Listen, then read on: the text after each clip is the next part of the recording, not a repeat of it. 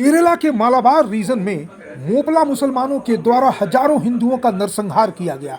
लाखों लोगों को बेघर कर दिया गया। गर्भवती महिलाओं तक के साथ बलात्कार हुआ। क्या छोटे क्या बड़े, सबका नरसंहार हुआ। छोटी बच्चियां तो बच्चियां, बूढ़ी औरतों तक के साथ बलात्कार किया गया। लेकिन इतिहास की पुस्तकों में इसे सिर्फ और सिर्फ मोपला रिबेलियन ऑफ फार्मर्स के नाम से नेहरू के पाले गुंडे लेफ्टिस्ट हिस्टोरियंस ने दर्ज करा दिया। बात यहीं तक सीमित नहीं थी। बाद में केरला गवर्नमेंट ने इन्हीं नरसंहारी इस्लामिस्टों को फ्रीडम फाइटर्स का दर्जा दिलवा करके पेंशन तक दिलवाया। ये सब कुछ हो गया। जो भी उस समय संवेदनशील थे उनकी प्रतिक्रिया बहुत ही क्रोध और आवेश वाली थी। लेकिन उस समय जो नॉन वायलेंट का प्रॉफिट बना हुआ था, इस्लाम के प्रॉफिट की तरह, उस व्यक्ति की प्रतिक्रिया थी कि मोपला में जिन मुसलमानों ने हिंदुओं का नरसंहार किया, उन लोगों ने वही किया जो उन्होंने इस्लाम में समझा, यानी जिहाद। गांधी के शब्द थे, they are God fearing people and have acted based on what they have understood of Islam. यानी ये लोग अल्लाह से डरने वाले लोग हैं और इन्होंने वही किया है जो इस्लाम में समझा है, यानी जिहाद। Thank you Gandhi for exposing your self. Thank you very much Gandhi.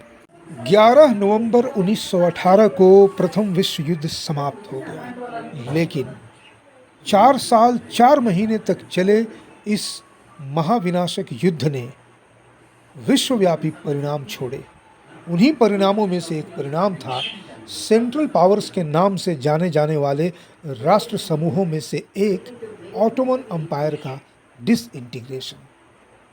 इस डिसइंटीग्रेशन का हमारे देश से कोई भी सीधा लेना देना नहीं था, लेकिन लेना देना तो हमारा फर्स्ट वर्ल्ड वार से भी नहीं था। लेकिन ब्रिटिश हुकूमत के कारण हमारे देश के लोगों ने सैनिक के रूप में इसमें पार्टिसिपेट किया था। खैर, उस कहानी की चर्चा कभी और। आज मैं बात करने जा रहा हूँ ऑटोमन अम्पायर के डिसइंटीग्रेशन का परिणाम कैसे हमारे देश में पड़ता है। और इस चर्चा को हम करने जा रहे हैं गांधी, जिसे हम नहीं जानते हैं कि श्रृंखला की 5वीं कड़ी में, यानी मुखौटे के पीछे छुपे गांधी को, या उसको लेकर के जो छिपी हुई चीज़ें हैं, जो तथ्य हैं, उनके खुलासों की जो श्रृंखला है, उसकी इस 5वीं कड़ी में मैं शिवचरण सिंह आपका स्वागत करता हूं। और आज की चर्चा मैंने ऑटोमन अम्पायर के डिसइंटीग्रेशन से इसलिए की कि इस ऑटोमन अम्पायर और गांधी के बीच में जो नापाक रिश्ता था, उस रिश्ते को हम जानेंगे आज की इस वीडियो वार्ता में। ऑटोमन अम्पायर का जो डिसइंटीग्रेशन था वो बेसिकली किसी अम्पायर का डिसइंटीग्रेशन तो था ही, लेकिन उससे भी अधिक इस्लामिक उम्मत या उम्मा का डिसइंटीग्रेशन था। इसके लिए हमें इतिहास में उस समय जाना होगा जिस समय इस्लाम नामक बीमारी को मुहम्मद नामक एक पैगंबर ने पैदा किया था, और उसके जाने के बाद उसी की बताई हुई लकीर या उसी की द्वारा खींची गई लकीर को आगे बढ़ाते हुए खलीफा नामक संस्था को जारी कर दिया गया था 632 में जारी उस खलीफत की लकीर को हम पाते हैं कि वो अंततः फर्स्ट वर्ल्ड वार के अंत तक, यानी 1918 तक लिंगर करता हुआ टर्की में जीवित रहता है। लेकिन जब सेंट्रल पावर्स की हार हो जाती है और एलाइड पावर्स अपने टर्म्स पे समझौता करते हैं, तो समझौते की शर्तों में से एक शर्त ऑटोमन अम्पायर का डिसइंटीग्रेशन होता है। ये कहानी एकदम डिफरेंट दिशा में चली जाएगी, इसलिए मैं ज़्यादा देर यहाँ नहीं रुकूंगा। यद्यपि ऑटोमन अम्पायर का डिसइंटीग्रेशन और टर्की में एक नए तरह के शासन व्यवस्था का उदय होता है, फिर भी एक बहुत ही मज़ेदार वाक़या है कि ऑटोमन अम्पायर बेसिकली खलीफा का अम्पायर था। खलीफा की सत्ता समाप्त हो जाती है, लेकिन खलीफा सिंबॉलिक रूप से टर्की में रहता है। वो एकदम अलग कहानी है कि उस सिंबॉलिक खलीफे को भी ख़त्म करने में हिंदुस्तानियों, यानी हिंदुस्तान में रहने वाले मुसलमानों का हाथ था। वो एकदम सेपरेट स्टोरी है, उस पर मैंने एक 2021 में मैंने एक वीडियो बनाई थी कि कैसे इंडियन मुस्लिम्स ने ही खलीफा को अंततः टर्की से बाहर का रास्ता दिखला दिया। लेकिन आज वो विषय नहीं है। अब हम आते हैं कि कैसे भारत में इसका रिपरकशन हुआ।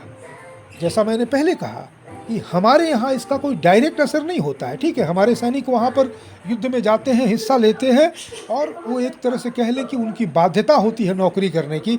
ऐसा नहीं था कि वो कोई राष्ट्रवाद से प्रेरित होकर के फर्स्ट वर्ल्ड वार में हिस्सा लेते हैं, वो ब्रितानी हुकूमत की बाध्यता थी।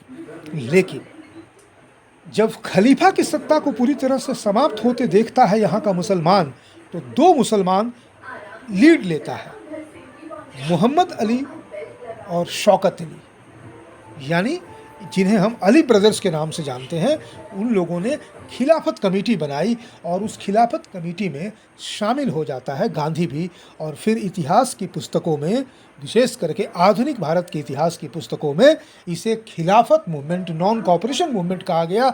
और हमें इस मुगालते में रखा गया कि नहीं, ये खिलाफत आंदोलन का इस्लाम, खलीफा, टर्की से थोड़ा बहुत लेना देना था, इसका तो मूल संबंध था ब्रितानी हुकूमत की मुखालफत करना। यानी हमें पर्यायवाची शब्द पढ़ाया गया, खिलाफत यानी मुखालफत। लेकिन इतिहास के पन्नों में चाहे हम जितना भी झूठ छुपा लें, एक ना एक दिन उन झूठों का पर्दाफाश हो जाता है। और आज इतिहास में गांधी के झूठों का पर्दाफाश हो चुका है। जो भी हो, गांधी अपने पूरी ताकत को झोंक देता है अली ब्रदर्स के साथ में। लेकिन हमारा विषय ना तो खिलाफत मूवमेंट है और ना गांधी का खिलाफत को समर्थन देना, लेकिन इस झूठ का पर्दाफाश करना कि खिलाफत जो था वो अंग्रेज़ों के खिलाफ नहीं, बल्कि खलीफा के पक्ष में अंग्रेज़ों के खिलाफ था। यानी वो इस्लाम के पक्ष में एक जिहाद था, यानी गांधी एक जिहादिस्ट बन गया। तो सबसे पहला तथ्य तो है कि ये जग जाहिर है कि गांधी ने खिलाफत में पार्टिसिपेट किया। लेकिन जो तथ्य हम इससे छुपा करके रखा गया, हम उसकी ओर जाना चाहेंगे। देखिए, फॉर्मली अगस्त 2020 में, उसके पहले वो खिलाफत कमेटी बना चुका था अली ब्रदर्स, लेकिन 1920 के अगस्त महीने से औपचारिक तरीके से कांग्रेस और जिसको कहते हैं ना कि वो एक there was a bonhomie between Congress and Khilafat committee, वो उसकी शुरुआत होती है 1920 के अगस्त महीने से, जो लगभग एक साल तक चलती है। चलती तो आगे भी है, लेकिन अगस्त 2021 तक खिलाफत कमेटी और कांग्रेस के बहुत सारे नेताओं को ब्रिटानी हुकूमत जेल में बंद कर देती है। और इस बीच में बहुत तरह के हिंसा को विटनेस किया जाता है, जिनका नेचर पूरी तरह से जिहादी था। यानी उत्तर भारत में मालेगांव और बाराबंकी में भी घटनाएं घट रही थी, और दक्षिण भारत में इस घटना का सबसे अधिक विभत्स रूप देखने को मिलता है अगस्त 2021 से लेकर के लगभग अगस्त, सितंबर, अक्टूबर, नवंबर के महीने तक, और लगभग कुछ छिटपुट घटनाएं जो है दिसंबर, जनवरी 2022 तक भी जाती है। घटना क्या थी? घटना थी खिलाफत का आंदोलन शुरू होते होते जो वहाँ का मालाबार रीजन है केरला का, वहाँ पे जो मोपला मुसलमान है, थोड़ा एक ब्रीफ में बता दूं कि ये मोपला मुसलमान बेसिकली हैं कौन। देखिए, केरला का जो तटीय क्षेत्र है, वहाँ पर बहुत लंबे समय से, लगभग मान के चलिए कि इस्लाम के उदय से पहले से ही वहाँ पर जो अरब के जो व्यापार या कह लें व्यापारिक लोग थे, वे अपना व्यापार करने के क्रम में आते जाते थे। लेकिन 8वीं 9वीं सदी के बाद से ये जो सिलसिला है, अब वो लोग आते तो थे लेकिन नए नामों से आते थे, यानी they had a different identity as Muslims. इस क्रम में जो यहाँ के स्थानीय लोगों से उनका जो एक रिलेशन बनने लगा, कहने का मतलब जो व्यवहार होगा, उठना बैठना होगा, व्यापारिक संबंध होंगे, तो फिर धीरे धीरे करके एक तरह का अस्थायित्व भी आएगा। उस कहानी को भी हम ज़्यादा लंबा नहीं खींचेंगे, लेकिन जब वो उस मालाबार रीजन में आने लगे तो वहाँ उनके स्थानीय लोगों से ना सिर्फ व्यवहारिक एक संबंध रहे, बल्कि वैवाहिक संबंध भी होने लगे, विशेष करके अरब से आने वाले व्यापारी, मुस्लिम व्यापारियों का, इस्लामिक व्यापारियों का केरल में रहने वाले हिंदू स्त्रियों से।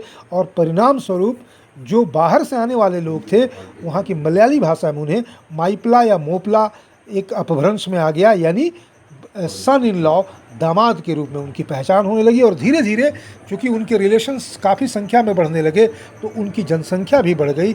इस तरह से वे लोग दामाद यानी माइपला या मोपला कहना लगे। लेकिन उनका जो इस्लामिक चरित्र था वो उतना ही घातक था जितना इस्लाम के संस्थापक मोहम्मद पैगंबर का और उसके जो खलीफा हुआ करते थे बाद में उनका था। प्रश्न अब ये नहीं है कि वो उनका क्या चरित्र हुआ करता था, इस्लाम में जो चला जाएगा वो ज़ॉम्बी बन ही जाएगा। अब उतने लंबे समय से जो जनसंख्या में वृद्धि होती रही थी, तो परिणाम क्या था? जब एक नई आइडेंटिटी के साथ इस्लामिक लोग वहाँ रहने लगे तो फिर उनकी जिहादी मानसिकता जो है वो उन्हें चैन से नहीं रहने देती, क्योंकि इस्लाम कहता है कि जब तक पूरे के पूरे रीजन को तुम इस्लामिक ना बना दो तुम चैन से ना रहो। लेफ्टिस्ट हिस्टोरियन क्या कहेंगे? नहीं नहीं नहीं नहीं, इसमें इस्लाम को क्या लाना, वो तो एक फार्मर्स रिवॉल्ट था, वो तो एक फार्मर्स रिवेलियन था। और इतिहास की पुस्तकों में ना सिर्फ इसे एक रिवेलियन या रिवॉल्ट बताया गया, मोपला में जो इसके बारे में मैं बताने जा रहा हूँ उसे रिवॉल्ट कहा गया, रिवेलियन कहा गया। और तो और केरला गवर्नमेंट के रिकमेंडेशंस पे जिन लोगों ने मोपला रिवेलियन में हिस्सा लिया उन्हें फ्रीडम फाइटर्स का पेंशन भी दिया गया। ये सब अपराध हुए हमारे देश में। आगे कौन सी घटना घटती है? ये जो मोपलाओं का जो स्थानीय लोगों से जिहादिक झगड़ा था वो बहुत पुराना था, 1836 या उससे पहले का था। लेकिन हर समय उसे ज़मीन के विवाद से, फार्मर रिवेलियन के नाम से इतिहास की पुस्तकों में दर्ज करने की कुछ कोशिशें ही नहीं हुई हैं, उन्हें दर्ज करा दिया गया। लेकिन खिलाफत का जो एक अवसर था उनके लिए बहुत ही सुनहरा अवसर था। इसे भी लोगों ने कहा कि ये तो ब्रिटिश हुकूमत के खिलाफ खड़े थे और चूँकि हिंदुओं ने ब्रितानी हुकूमत का साथ दिया इसलिए उनका गुस्सा जो है यू टर्न लेकर के हिंदुओं पे आ गया। यू टर्न लेकर के नहीं आया था। मोपला बेसिकली एक जीनोसाइड था जो वेल प्लान था, जिहादिक तरीके से प्लान किया हुआ था। और इसका परिणाम क्या निकलता है? अगस्त 2021 से लेकर के दिसंबर के महीने तक और फिर कुछ हद तक 1922 तक, 1921 के अगस्त महीने से लेकर के 1922 के जनवरी महीने के बीच तक में मोपला का जो एक कह सकते हैं कि जिहादिक अभियान था वो एक जीनोसाइड बन जाता है, यानी Hindu genocide by the Moplah Islamists. और उसके परिणाम स्वरूप लाखों लोग बेघर हुए, हजारों लोग मारे गए। कम से कम जो रिकॉर्ड है वो तो 15-20 हजार का है ही है, और घायलों की संख्या तो गिनती नहीं की जा सकती है। ठीक है, इसमें जब रिटेलिएशन होता है और स्वाभाविक है कि जब पुलिस एक्शन होता है तो मोपला इस्लामिस्ट भी मारे जाते हैं। अब सवाल ये नहीं है कि मैं यहाँ पे मोपलाओं और खिलाफत मूवमेंट के बारे में बताने आया हूँ, इनकी सच्चाई को तो हम जानते हैं। सवाल है कि ये सीरीज है गांधी पर, और गांधी के इस सीरीज में मैंने इस घटना को इसलिए विस्तार से थोड़ा बताया क्योंकि अब गांधी कूदने वाला है। गांधी के कूदने के पहले मैं बता दूं कि जिस समय मोपला रिवेलियन नाम से हिंदुओं का जीनोसाइड चल रहा था उस समय वहाँ के डिप्टी कलेक्टर थे सी गोपालन नायर, और उन्होंने अपनी बहुत ही फेमस जो कहने का मतलब एकदम ऑथेंटिक रिकॉर्डेड बुक है वो है द मोपला रिवेलियन 1921। उसमें एक एक घटना को बहुत ही विस्तार से बताया, और जिसे आज तक लोग फ्रीडम फाइटर और वहाँ के इस्लामिस्ट तो सेलिब्रेट करते हैं अपने एक नवोदित खलीफा के रूप में जिसका नाम था वरियम कुन्नत हाजी। उसके बारे में गोपालन नायर ने कहा कि he was a person of criminal bent of mind, और बाद में उसे फांसी भी दे दी गई। लेकिन इस बीच में जो भयानक नरसंहार हुआ उसके बारे में, अरे और तो और छोड़ दीजिए, आज जो ये मीम और भीम नाम से अंबेडकर के जो फॉलोअर्स हैं, या बी आर अंबेडकर ने कहा कि खिलाफत मूवमेंट का पूरा जो टिल्ड था वो इस्लामिक स्टेट बनाने का था, जिसका उद्देश्य था कि ब्रितानी हुकूमत को रिप्लेस करके इस्लामिक हुकूमत लाई जाए। और यहाँ तक कि अंबेडकर ने पूरी तरह से खुल करके कहा कि मोपला जो रिवेलियन है वो बेसिकली हिंदू जेनोसाइड है। चलिए, आज ये मीम भीम करने वाले लोग अंबेडकर को ही भुला बैठे हैं। अंबेडकर को मैं किसी तरह का बेनिफिट ऑफ डाउट नहीं देता हूं कि उसने देश में क्या अत्याचार किए और हमारे समाज पे किस तरह के कुठाराघात किए, लेकिन जो इतिहास में रिकॉर्डेड तथ्य है उसको तो हम भूल नहीं सकते हैं। अब हम आते हैं जो हमारे देश की नहीं थी, विदेश की थी, लेकिन वो हमारे देश के लोगों से भी अधिक हमारे देश की थी, यानी एनी बेसेंट। एनी बेसेंट ने अपनी किताब the future of Indian politics में मोपला जीनोसाइड ऑफ हिंदूज को डिटेल में लिखा है, और सिर्फ डिटेल में लिखा ही नहीं है, हृदय विदारक दृश्यों को लिखते हुए वो कहती हैं कि इन घटनाओं को बता पाना एकदम असंभव है, क्योंकि ये बहुत ही खतरनाक घटनाएं हैं, बहुत ही हृदय विदारक हैं, लेकिन फिर भी वो जहाँ तक कह पाती हैं वहाँ तक कहती हैं। वो ना सिर्फ उन घटनाओं के विषय में कहती हैं, वो वरियम कुन्नत हाजी से लेकर के जो मुसलमानों का और एक लीडर था अली मुस्लियार, उसके बारे में भी जिक्र करती हैं, लेकिन इन सब चीज़ों का गांधी पर कोई असर नहीं पड़ता है। गांधी एकदम इन सब चीज़ों से बेपरवाह रह करके वो केवल हिंदू मुस्लिम हिंदू मुस्लिम हिंदू मुस्लिम करता रहता है। और यहीं आकर के अब मैं गांधी के उस खतरनाक चेहरे को बेनकाब करने जा रहा हूँ, जिसने इस बैकग्राउंड की जो घटना है उसमें अपना सबसे खतरनाक, एक तरह से कह लें कि रोल निभाया, भूमिका निभाई। इतिहास की पुस्तकों में गांधी को बेनिफिट ऑफ डाउट देने के लिए, एक क्लीन इमेज देने के लिए कहा जाता है कि गांधी ने खिलाफत आंदोलन में कांग्रेस को इसलिए झोंका क्योंकि वो चाहता था कि मुसलमान भी राष्ट्रीय आंदोलन में आए। मैं आपको एक बार रिमाइंड कर दूं कि ब्रिटिश पार्लियामेंटेरियन और मिनिस्टर एलन विल्किंसन ने गांधी के विषय में कहा था, Gandhi was the best policeman the British ever had in India. यानी कोई राष्ट्रीय आंदोलन नहीं था, गांधी का एकमात्र लक्ष्य था ब्रिटिश लॉयलिस्ट बने रहना और इस्लामों यानी इस्लामिकों की चाटुकारिता करते रहना। अब मैं आता हूँ कि गांधी ने खिलाफत आंदोलन में बेसिकली इस्लाम की चाटुकारिता का अवसर ढूंढ निकाला। उसके बाद गांधी ने जितने भी स्पीचेज दिए, जिन जिन जगहों पे दिए, उन सबों में एक बात एकदम कॉमन रहती थी। पहला तो जो इसमें जो अली ब्रदर्स थे, खिलाफत मूवमेंट को शुरू करने वाले जो अली ब्रदर्स थे, यानी मोहम्मद अली और शौकत अली, इन दोनों ने जो कमेटी बनाई थी, उस कमेटी का एक तरह से कह लें कि वो सुप्रीम लीडर बन जाता है गांधी, और फिर वो कहता है हिंदुओं से कि Hindus must support the Muslims in their Islamic उम्मत। इस्लामिक उम्मत क्या होता है? यानी मुसलमान जो है उसकी लॉयल्टी किसी देश के साथ नहीं है, उसकी लॉयल्टी इस्लामिक उम्मा में है, यानी पूरी दुनिया में चाहे मुसलमान कहीं भी रहे, उसकी लॉयल्टी उसकी उम्मा यानी खलीफा में है। और इतना ही नहीं किया कि हिंदुओं को सपोर्ट करना चाहिए इस्लामिक उम्मत के लिए मुसलमानों को, गांधी ने भयानक कंडीशंस रख दिए हिंदुओं के सामने हिंदू मुस्लिम एकता के लिए। उन्हें सुन करके कोई आज किसी भी हिंदू का खून खौल जाएगा। गांधी ने कहा कि हमें गौवध वगैरह की चर्चा नहीं करनी चाहिए, we should not talk about the prohibition of cow slaughter, क्योंकि ये मुसलमानों को नाराज कर देगा। वाह! उसने कहा कि चूंकि मुसलमान हिंदुस्तानी बोलते हैं तो हम हिंदुओं को भी हिंदी को छोड़ करके हिंदुस्तानी की ओर ही जाना चाहिए। किसी भी तरह के प्रोसेशन वगैरह को मुसलमानों के मस्जिद या उनके इलाकों से निकाल करके उनको एंगर नहीं करना चाहिए। आप देख लीजिए, यही सिलसिला बीजेपी के आने के पहले तक तो कम से कम चल ही रहा था देश में। अपने भजन इत्यादि को इतना कस के या जोर जोर से नहीं गाना चाहिए जिससे कि मुस्लिम आबादी अगर आसपास में रहती हो तो उनका इस्लाम खतरे में आ जाए। वाह गांधी वाह! और उससे भी खतरनाक यानी प्रोसेशन मत निकालो, काउ स्लॉटर की चर्चा मत करो, भजन इत्यादि की बात मत करो, और सबसे खतरनाक कि अगर मुसलमान तुम्हें मारने चले आए तो चुपचाप मर जाओ, इस तरह की इच्छा करते हुए कि मुसलमानों के अंदर का जो गुडनेस है, जो अच्छाई है, वो जागृत होता है अगर मेरे मरने से, तो मुझे अपने मरण को स्वीकार करना होगा। ये था गांधी का सबसे खतरनाक अपील मुसलमानों को खुश करने के लिए हिंदू मुस्लिम एकता के नाम पर। इन्हीं कंडीशंस ने एक तरह से कह दे कि बीजारोपित किया मोपला नरसंहार को, हिंदुओं के मोपला नरसंहार को। लेकिन चलिए अलग अलग कारणों से अलग अलग समय पर, और जिस समय मोपला में नरसंहार हो रहा था, गांधी देश में अलग अलग जगहों पर व्यस्त था।